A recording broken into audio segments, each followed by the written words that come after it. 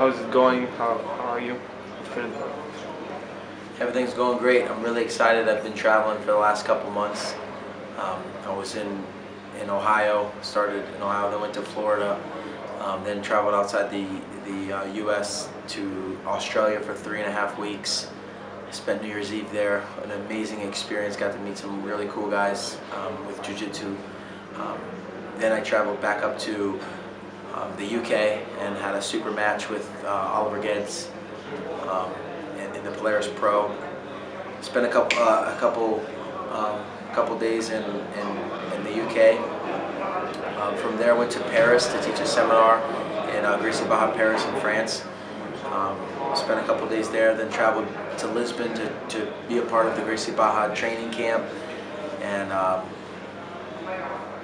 it was just, you know, awesome experience. Then came right from Lisbon to here, flew into Berlin, drove from Berlin to Poznań, and now I'm here in Poland. Been traveling all around. What's your impression on those journeys you did? You've been to Australia, then you've been to England. What do you think about the people, the society, the whole community of Jiu-Jitsu people? And one thing that I learned in my travels is that Jiu-Jitsu is really, it's become like a universal language. It's really cool to see the growth and development in all the different countries outside of Brazil. You know, starting with America and then out to Europe and even Australia. It's amazing. All right. You say you've been competing at Polaris Pro against Oli Geddesa. That was an entertaining match with a lot of scrambles. You did some, you know, Hollywood tricks with the biceps and everything, you know. It wasn't your first super fight, right? Or was it? No, it was not my first super fight. All right, but first one in Europe for sure, right? First one in Europe. All right, so basically European Jiu-Jitsu is growing. Polaris is one of the first events of the super fights in Europe. What's your opinion on those super fight events? You know, I'll talk about the super events, but I also want to talk about competing in Europe, because for me it's the most exhilarating crowd to compete for. You guys have such passion and enthusiasm for jiu-jitsu matches, unlike Brazil, unlike America, and it's just, you feel it when you compete. Competing in a super match, it's much more positioned and channeled to that one specific match, so you really feel the energy in the crowd, and I think that's what, you know, why it is very important to put on a show for you guys in Europe, because you guys are so passionate about it. You enjoy it so much. It's not specifically, you know, teams cheering for other teams, you know, like it would be in Brazil. You guys are just really enthusiastic about jiu-jitsu itself. So when you see that, when you experience that on a super match level, the passion really comes through in the crowd when I'm competing for you guys. So it's it makes it really exciting to do that. How about the super fight events itself? You get money from it, so it's really it's kind of, you know. So look, I'm going to talk about this because I think it's something that you guys really need to understand. Super matches are great. They're really, it's a treat for the crowd. It's a treat for the fans. But there's also something that's, Jiu-Jitsu cannot survive with just super matches all the time. People are always like, oh yeah, you know, I'm just looking to compete in a super match. I'm not looking to compete. When you are introduced in a super match, an athlete is introduced according how his attributes are in the International Brazilian Jiu-Jitsu Federation. So I want to encourage you guys to be, you know, be passionate about super matches. They're really fun. They're exciting to compete in. They're exciting to watch, absolutely. But don't stem away from the roots of International Brazilian Jiu-Jitsu Federation, the circuit in which they provide. Because remember, when you get introduced in a super match, an athlete gets introduced, he gets introduced as a world champion, an IBJJF world champion, not a previous super match champion. So it's just something to think about. The other question is, uh, your wrestling. Basically, all the first points you did is because of wrestling. What's your opinion about wrestling and jiu-jitsu? Like, more or less. And how does your basic, the wrestling basics affects your game? I mean, wrestling and jiu-jitsu, they can go hand in hand really well. But if you're not cautious and if you're not aware of certain things, like kind of do's and don'ts, it can be very detrimental to your game. And you know, I was very fortunate to have the instruction that I had to be able to find out, you know, the do's and the don'ts. But wrestling really it encompasses more of the takedown game. And I think that's always super exciting when you're watching, especially a super match. People want to see the exchange on the feet. You know, people just want to see the exchange on the guard pass and the guard as well. But there's just something about takedowns that people love to see. And you know, so I came from a wrestling background, and that really helped me to kind of take that tenacity that I had from wrestling and channel it into jiu-jitsu. But it wasn't seamless. It wasn't like, oh, because I'm a wrestler, I'm really good at jiu-jitsu takedowns. It's not anywhere near the simplicity as people make it seem like. Because of wrestling, I have success in jiu-jitsu, because there are very many wrestlers who try jiu-jitsu that don't have success, and it's because jiu-jitsu is very robotic. Wrestling is very robotic. It's very the same thing over and over again. It's repetition. It's a lot of things over and over and over again. And jiu-jitsu is quite really the opposite. It's a big giant picture of these endless techniques that just flow forever.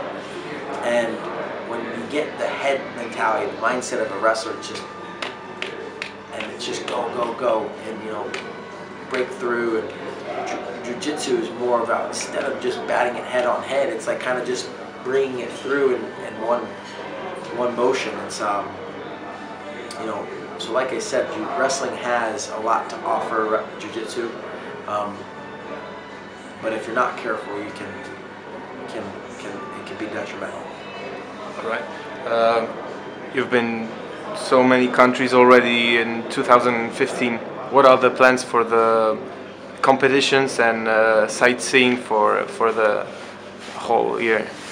You know, one thing that jiu-jitsu offers, you know, athletes who compete, especially within the federation, you know, because super fights, super matches aren't all the time.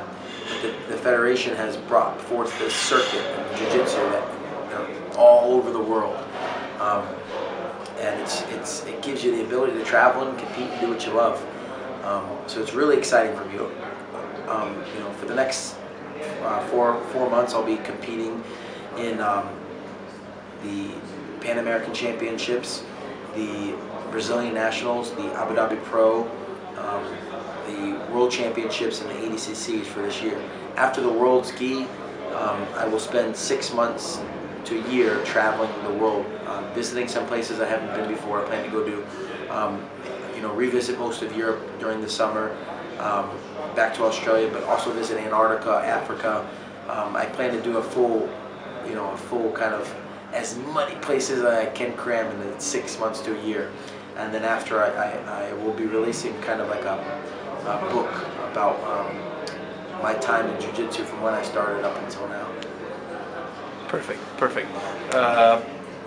Here's another rumor what I heard. You started jiu-jitsu, it's what I heard, because you wanted to get to UFC. Is it true? It's very true. All right. Do you still think about competing in MMA? Yeah, you know, like you said, I started jiu-jitsu to get into the UFC, to get into MMA, and I said I'm not going to have another MMA fight until I get my black belt. When I got my black belt, I was just like, I was so enthusiastic about jiu-jitsu. I was like, I'm not going to stop here. I'm going to keep going. I'm going to keep traveling. I'm going to keep experiencing jiu-jitsu on the greater scale. And you know, I have some aspirations to get back into MMA and to take it further. Absolutely.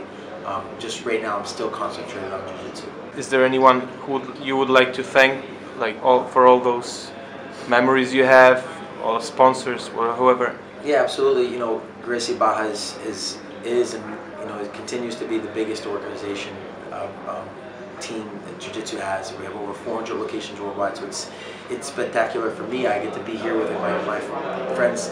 I had friends here in Poznań, Poland, that I didn't even know, and you guys just like that's what that's what's so cool about Jiu-Jitsu is it's worldwide, and Jiu-Jitsu's become a universal language. So it's thanks to all you guys at Gracie Barra, and even you guys outside of Gracie Barra, that Checkmat, GFT, you guys, it's just one big family, and it's